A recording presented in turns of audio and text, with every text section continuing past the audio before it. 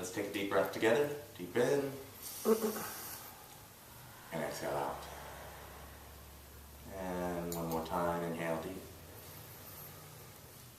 And release it. And again.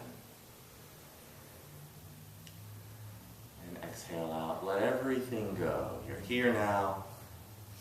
You're right and perfect on time. And welcome.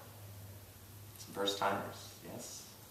I know I've met some of you before, seen some faces, but I think not here. So welcome. Thank you for coming. First time doing Qigong all together? Raise your hand. Good. Oh, wow! Now it just got really exciting. Love introducing this practice to people for the first time. And you came on a day where I'm going to do something a little bit different. We're going to start out with some pretty deep breathing, some deep breath work, just to kind of raise the energy. And we may end up doing Qigong sitting today. That's another thing as opposed to standing. So I'm going with the flow. The flow is completely on, so to speak. And it's always on. However, some pretty big events happened this weekend, I think. I mean, aside from the obvious in terms of earthquakes around the world and tsunamis and so on and so forth, which we will hold all of our brothers and sisters in that space of love and light and safety and recovery and as they work through those. But also some other big events happening on bigger levels, which I won't speak to any specifics, but there's, we're in a conversation right now of consciousness and of energy, and this wave that is coming through right now as we speak is being supported in terms of, astrological things happening, planets moving into certain alignments and into certain areas. So if you tune in that way, you can. If you read any of the local inspirational channeling messages that come from many, many different people who have the ability to speak with everyone, to Jesus, to Buddha, to the archangels, there's just a whole lot of stuff happening right now. And it would be one thing if one or two people were just talking about it, but wherever you look, everybody seems to be connecting in terms of the message, which is really, really beautiful because this has been talked about for a while. What I want to talk about today, really what keeps coming up is what I just said earlier, we're keeping it real.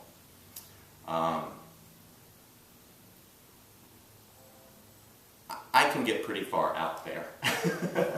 Just for those who know or need to know, I'm a triple Aquarian. So if you know anything about Aquarius, is times that times 3, and that's me.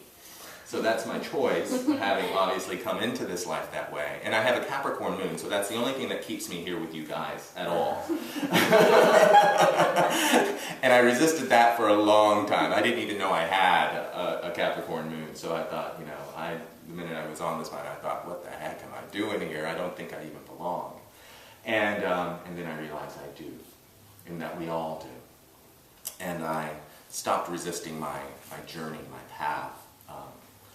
Somewhat reluctantly, because I surrendered. I just said, okay, fine, whatever it is that I want to do obviously isn't working, so what is it that the universe, source, God wants me to do? And that was a big step about 5 or 6 years ago, and it was a step that was building for 10 or 15 years.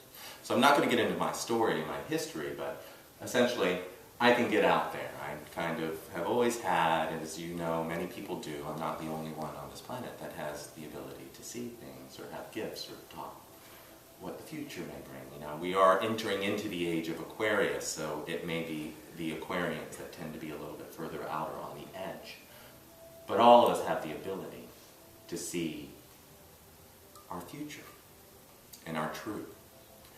And when you're doing that, keeping it real can be somewhat difficult because you look at the realities of your life, you look at the circumstances that you might be in, whether you're going through a relationship struggle, maybe your partner or you decide that you want to end it, and you're like, I thought this was real, I thought this was going to be forever.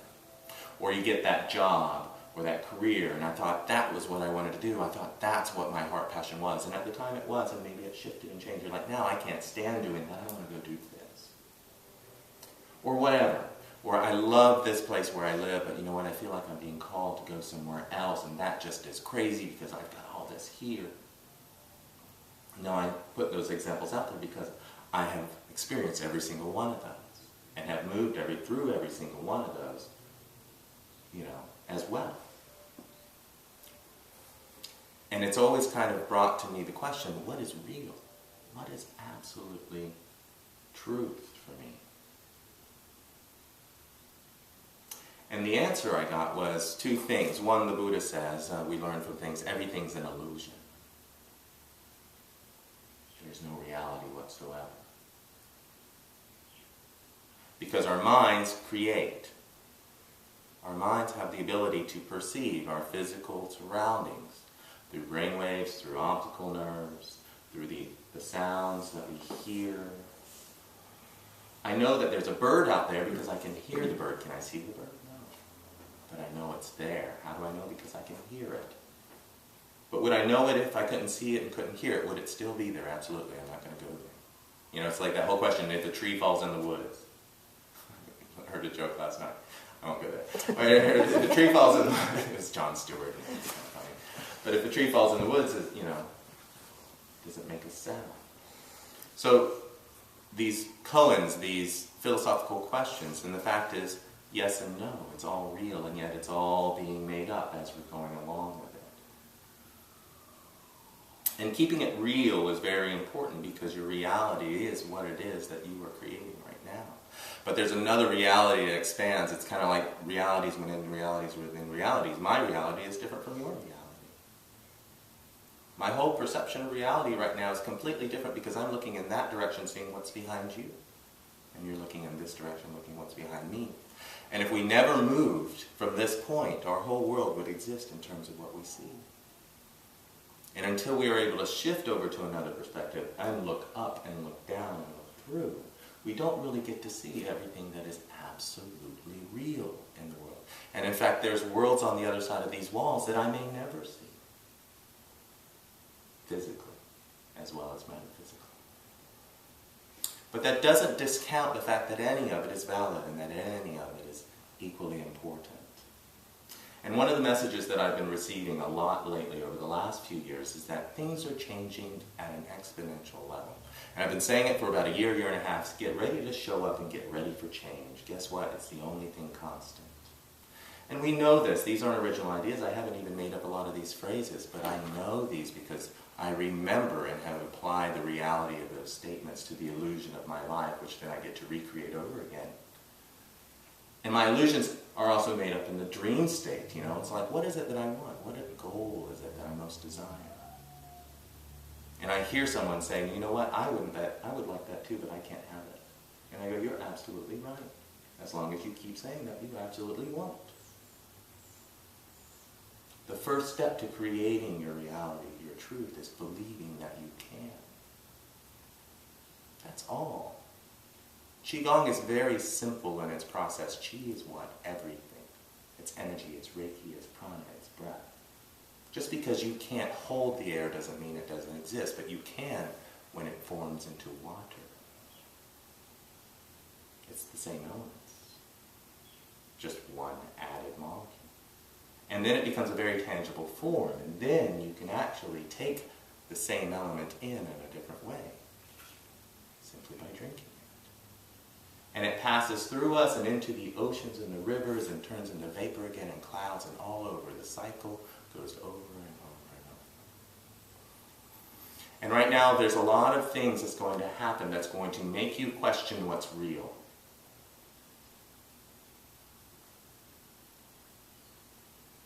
We're questioning it right now within the media, within the government. Everybody's saying, you know what, don't watch television, it's a bunch of bull. But what comes through the information, there is some really good stuff there. Discovery Channel, History, there are some really good programs. But the news is the thing, right? Because we know that our governments are not always truthful and they want us to believe a certain reality about what's happening. And yes, a lot of it is made up. But there's a lot of people that are out there watching it every single day, creating it as a part of their reality, and they walk around in fear. Mm-hmm. And they walk around in worry, and they walk around with guns and knives and put many, many locks on their doors. And more creates more, and more creates more.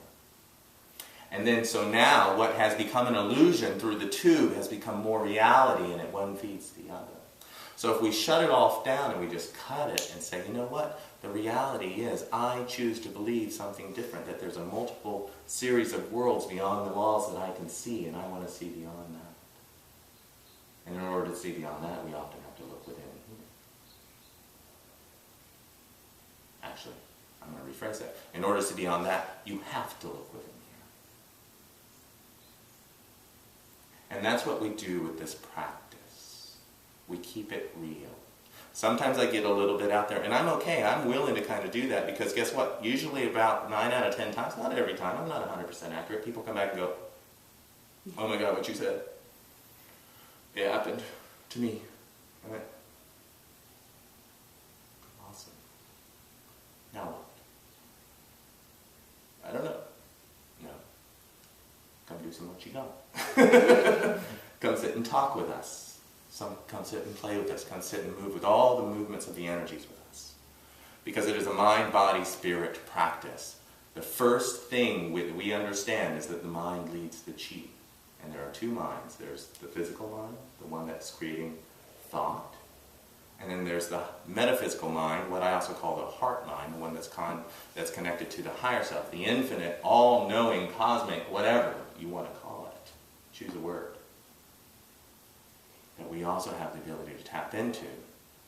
That is way too much to fit into this physical mind, but this physical mind is like a computer processor. It processes, it pulls, it downloads information of what I need when I need it on this journey in this life. And that's what we do with the chi, because it's all energy.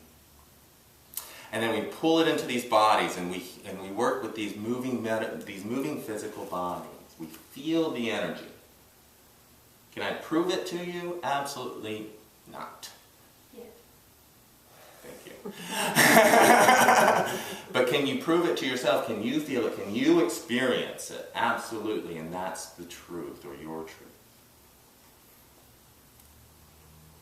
And then we tap into, and all that's connected to the spiritual journey. So if you're in this class, you're going to hear me talking.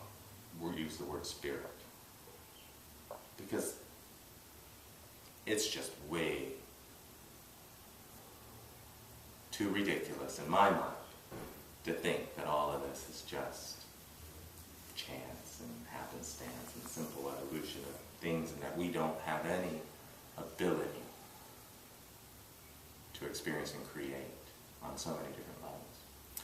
Qigong is a healing practice. We're always in the process of healing, to heal. Yoga, anybody who does yoga, yoga means to bring together, to yoke, to make two things separate come together. Same idea in Qigong. We are basically connecting our higher selves into our physical selves and into all the external energy. So we have internal, external, and universal energies. Internal is our soul, our higher self, our energy.